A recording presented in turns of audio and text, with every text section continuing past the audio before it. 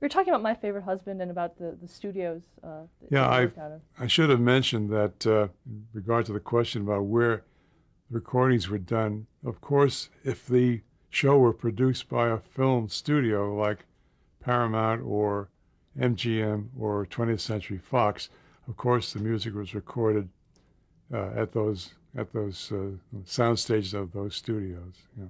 Can you describe what the studio would look like that you worked on?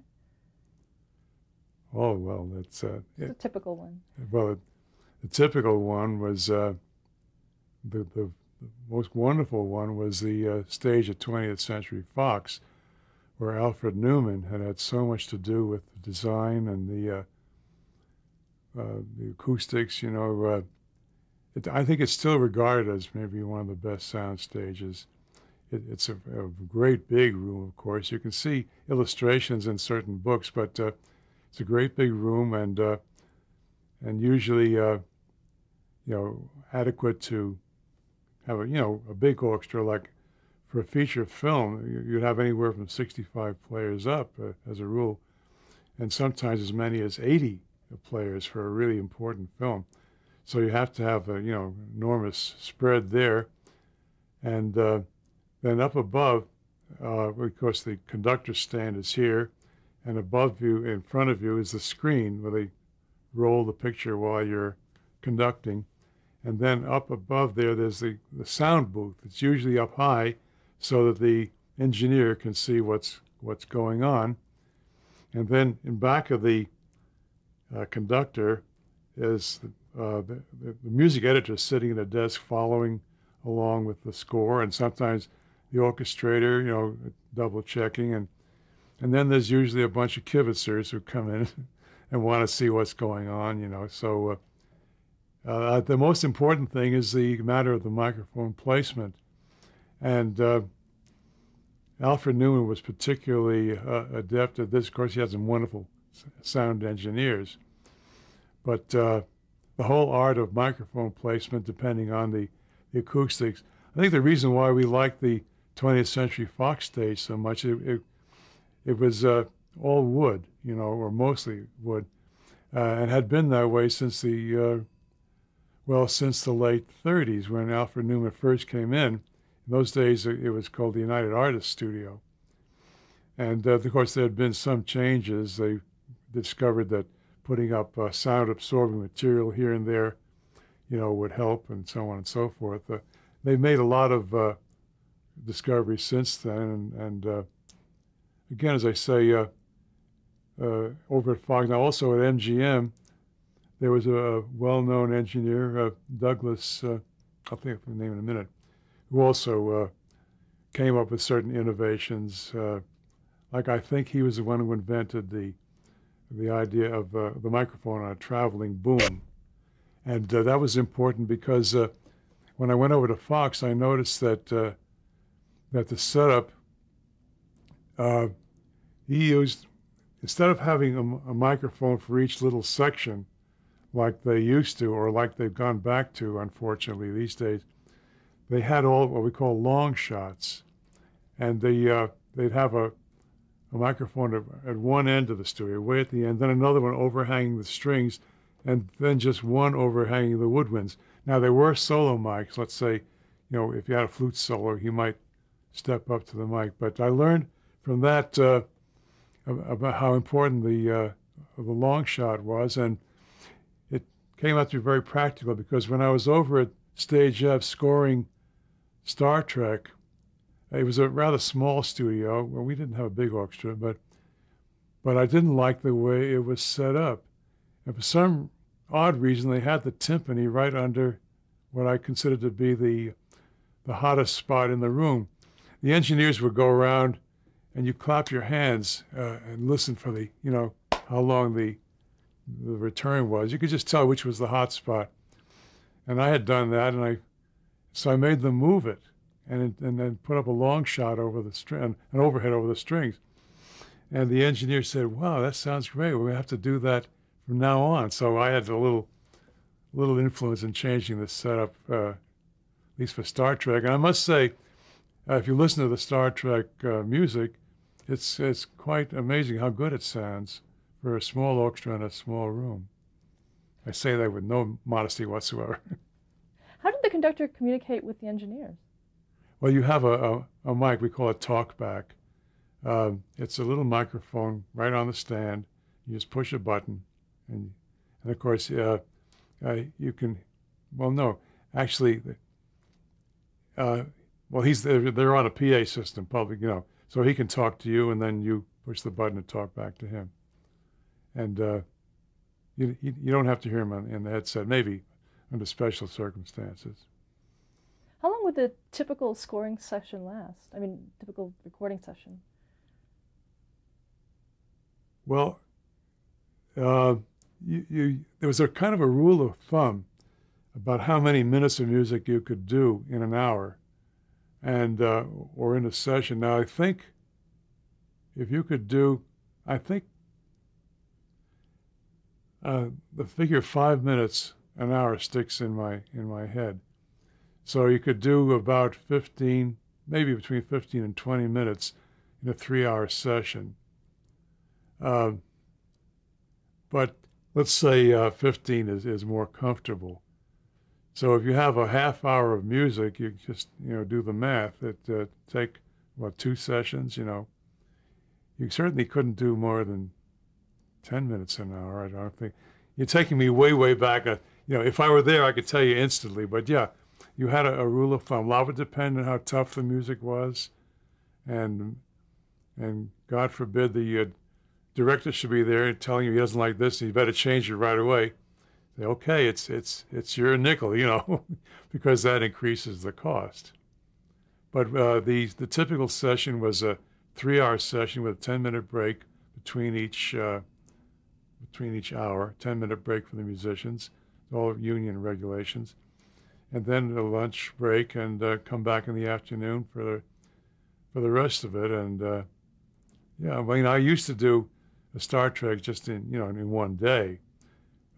Let's say that there was usually about 25 minutes of music, so it would take 2 sessions, two 3-hour sessions. Did the musicians receive their music in advance? No.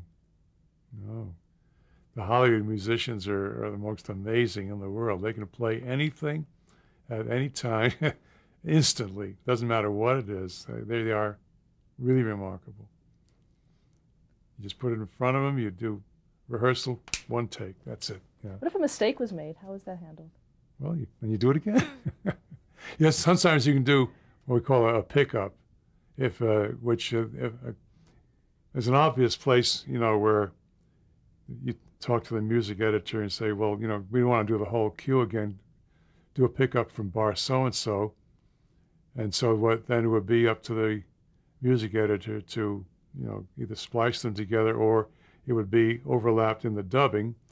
But then in order to do that, to make a clean pickup, you really have to start a couple of bars before. Let's say you want the pickup to start in bar 23. No, you better start re-recording from bar 20 and be sure it's the same tempo, et cetera, et cetera. So yeah, we would do just pickups as a rule, save time. What kind of union regulations did you have to follow? Was it a strong union? Oh, musicians? Yeah. Thank goodness for that. Yeah. Yeah, they've gone through endless negotiations, but for the past couple of, decades, I guess they've been pretty well set, except for sometimes, price changes, wage scale changes. But it's all, everything is regulated. The copying, the orchestration, everything's regulated except composition. Composers don't have any union representation. That's a whole other story.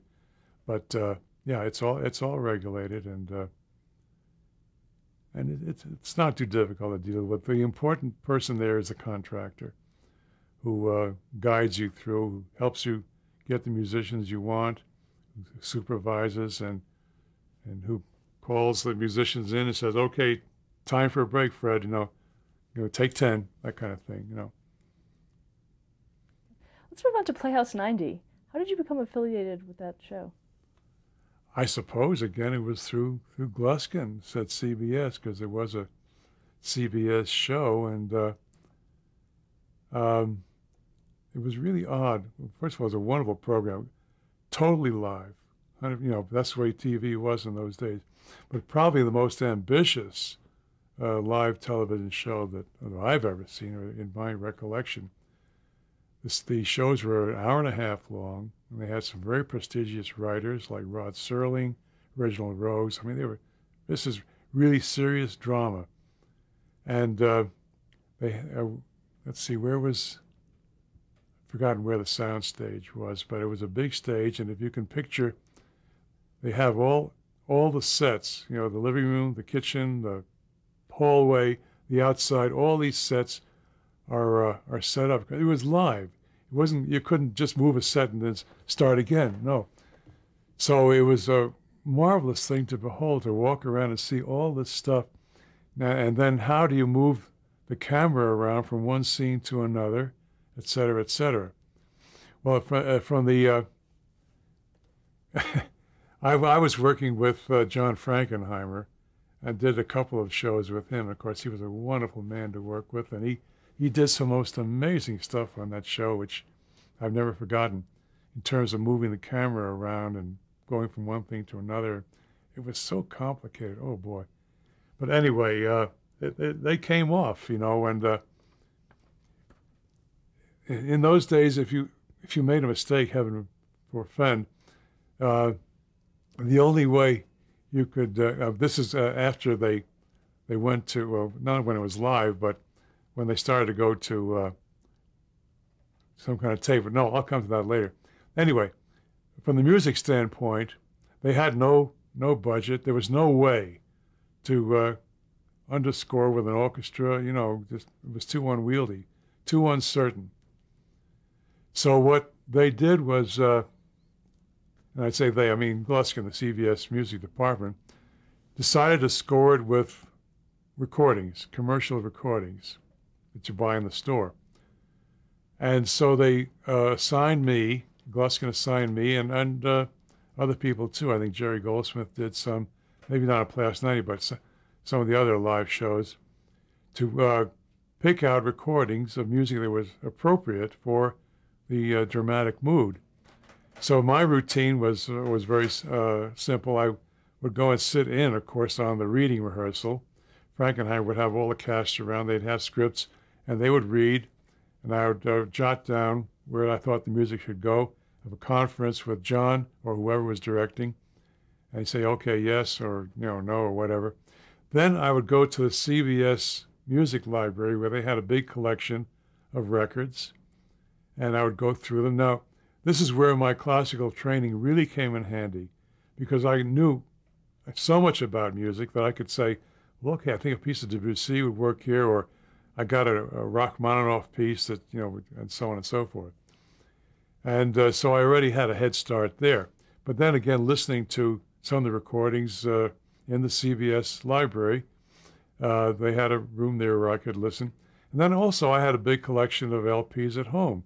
So every once in a while I'd bring one of my own records in, And so that's the way we scored Playhouse 90. The only exception was the opening and closing theme for Playhouse 90, which was composed by Alex North, a lovely theme where they had the logo and everything. In fact, in my collection, I have a picture of the logo. They awarded me with a certificate for Playhouse 90 with the logo. But anyway, it was a very pretty theme. Now, that was recorded, I suppose Gluskin recorded it somewhere, and that they would just play the beginning and the end of the show. And so then, the way it worked at first, as I recall, was, okay, we had all these records, and I would bring them in, and the show was done at Television City. That's right, they had a big stage at Television City for Playhouse 90, CBS Television City. And then I was down in the basement in a room, and in front of me were two engineers with turntables. And they would play, I would show them where I wanted the music to start. And they, like good disc jockeys, they would have a way of marking with the marker pencil just exactly where to start the LP.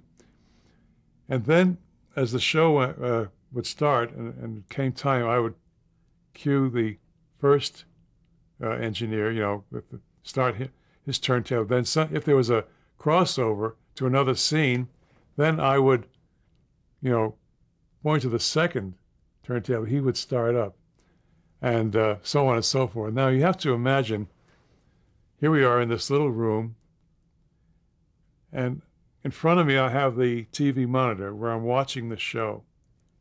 And over here in front of me I have the script. And then over here I have a list of the music cues or whatever. And in my headphones, it's split. One side is the music and the other side is the director for his directions. So it was really difficult. And as I said before, my experience in live radio was invaluable. Now this routine began to change because after a time, this didn't last very long. We began to go to tape, quarter-inch tape. And you have to remember that the networks, or the film studios, didn't use tape until like last minute. The studios are always famous for being resistant to change. They were in the 20s, late 20s. They didn't want to go to sound. They thought it was a passing fancy. They didn't want to use tape. They didn't want to use tape on film. But anyway, eventually, I think the radio. Well, it was radio that led the way. That's another whole story. But anyway, we decided that the easiest way to do it is I'd pick out all these records, and then we would go. I took the records up to the tape room at CBS, and the engineer would dub them off for me on quarter-inch tape, and they would all be marked in segments. Then it was much easier because we only needed one engineer, and this guy's operating just a tape machine, and the queuing obviously was much easier, instead of two guys with spinning LPs. So that's the way we scored Playhouse 90 for quite some time. Did you have to acquire the music rights for any of these? No. The interesting thing was that because of a quirk in the contract with the AFM, the American Federation of Musicians, if a show was live, you could play records without a license. It's like why they're able to play, your music stations are playing all these records. They don't pay for them. They don't have to pay penny one except to go out and buy the record. It's just as long as it's live, and Playhouse 90 was live, so there was no clearance, no nothing. But what happened on Playhouse 90, which I must tell you, as I think I'm kind of proud of this, is that this went along and I was scoring, with records and so on, with the method that I told you, with the tape and everything. And then one time a show came along, it was The Miracle Worker, a wonderful story about Helen Keller. And I sat in on the reading rehearsal, and I had always been looking for an opportunity to sneak in some live music somehow. And so I as soon as I got through with the rehearsal, I went right to the phone and I called Lud Gluskin, and I said, Lud, I'm sorry, there's no way I can score this with records. It's too special, it's too wonderful, it's too everything. So he said, well, what do you suggest? And I said, well, how many musicians can I have? Well, anyway, we worked it out, and I think I was able to use, I think I had about 5 players, a tiny little ensemble, a violin and a harp and maybe a flute. I don't remember, a tiny little ensemble. And I wrote some music for it, and I deliberately, because of the live conditions of Playhouse 90, I had to be very, very careful that the scoring was very subdued. And of course, the story dictated a kind of a laid-back, very quiet, peaceful kind of music. And so we again had the same situation. Now we had to set up in the same room, the same little room in the basement, but now I had these musicians. So we had an engineer with a microphone, and now I had even an increased problem because in addition to watching the monitor, watching the script, watching my stopwatch, and following my music and turning pages in the screen, so it was really tough. And it was very difficult. It didn't quite come off, but some people who have heard it I think it was Gary who told me he had heard it, and it sounded quite impressive. But because of the difficult conditions, I wasn't able to use all the music. But Arthur Penn was the director on that, and he was unhappy about certain things, and we ended up cutting some of the music, I think, and there's not much I could do about it. But that's another story, which I don't know if I've told this, and I don't think Arthur would mind at this point. It's so many years ago, but when it came to one piece of music that he wanted to cut, I said no. And I said, if you cut this, I'm walking off. I'm going home. And I mean, I never did that in my whole life. I mean, that is so totally unprofessional, you know. But it had been enough. And this was a scene which I thought was so special, and I had written the most subdued music I possibly could, just a little harp solo, you know, just a few notes. And so finally he he left.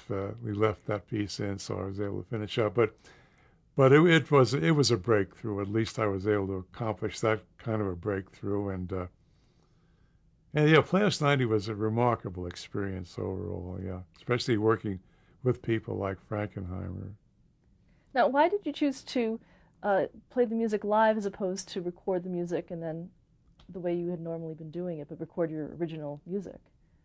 There was just no way to do it because it's a live show, and if the actors read something a little slower, or speed up, or if they miss, you know, it's not. If you have the pre-recorded music, how do you know if it's going to fit the action? You have no control over it. No, it had to be. It was like on a radio show, because you're doing it live, and the timing is not set like on film. So it had to be done live, absolutely. Okay. Also, in that teleplay, they used the Mockingbird song. Was that something? Did you have anything to do with if someone was singing on stage? Did you have to work with that music as well? No, I don't think so. No, I did use some of that music in the underscore that I wrote, you know, which is a natural thing to do, sort of reflect what it was sort of like a motif, you might say, for the story, yeah. Did you work closely with Martin Manulis, the producer? Not closely, but he was there. Yeah, he was there just about all the time, yeah, and he was a very nice guy, too.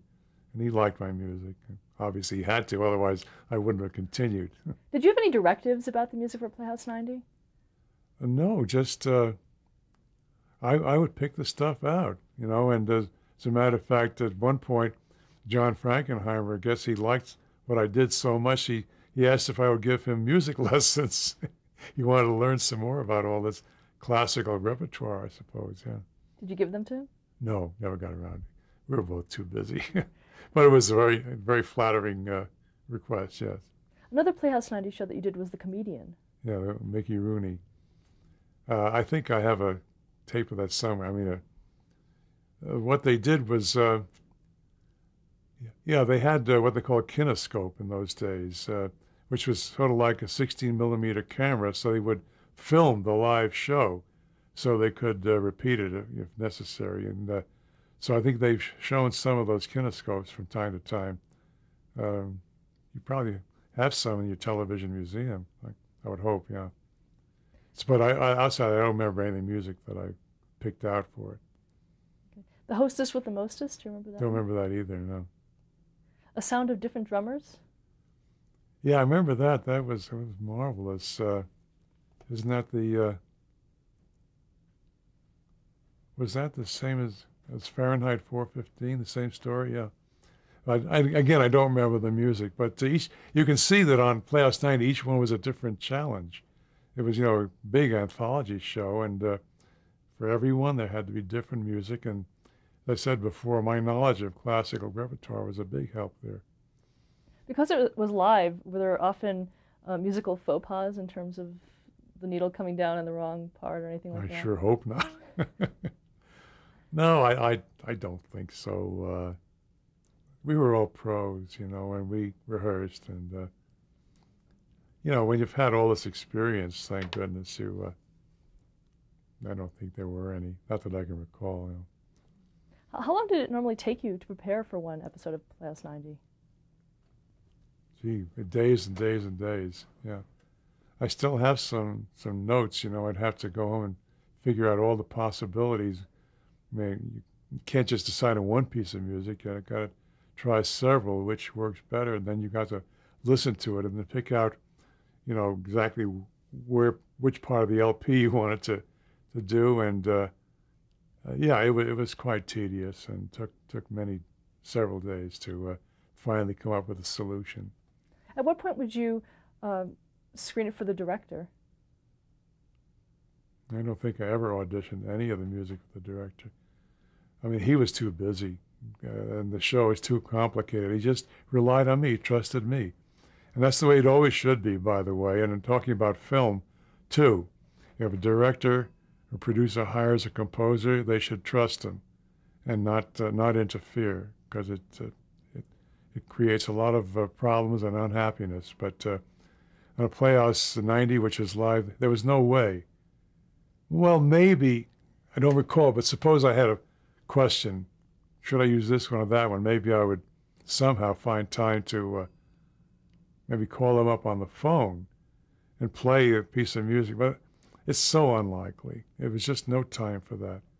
And mind you, the time that it take someone like Frankenheimer and all his staff and all his assistant directors, you know, and if you go into the control booth for a live show, there's I don't know how many cameras, 6, 8 cameras, all with different things on the monitor, and you had to, Frankenheimer would be, you know, giving the cues, and then the assistant director would, then he would have to say, while Frankenheimer was giving, you know, camera 6, the associate director is now telling camera 4, now move to so-and-so, your marker, you know. And I mean, it was enormously complicated. I wish that somebody would do a documentary, or would have done a documentary on shows like that. And of course, it wasn't only Playhouse 90, but there were other live TV shows, you know, dramas, mystery shows, and so on, that were being produced at the same time. What's the most important thing you learned from working on Playhouse 90?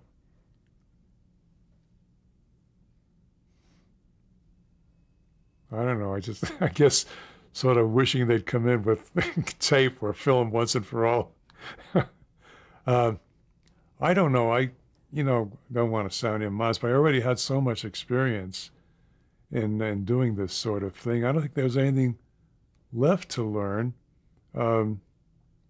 Possibly, if I'd had a chance to do more live scoring on Playhouse 90, because I don't know what happened. I don't remember. Maybe Jerry Goldsmith did some after that. But I by that time, I think, I don't know, I was never called back to do another live one. I was doing other things. But yes, I think if I had done another live show, I would have maybe learned a few things about balance, about scoring, you know, on a complex show like that, what to do, what not to do. Maybe I would have been a little bolder and not been so timid about the tiny little orchestra. Maybe I could have persuaded Lord Gluskin to give me more money, you know, etc. But actually, you know, I think just doing the darn thing was an accomplishment in itself. Stop there to change the tape. Okay.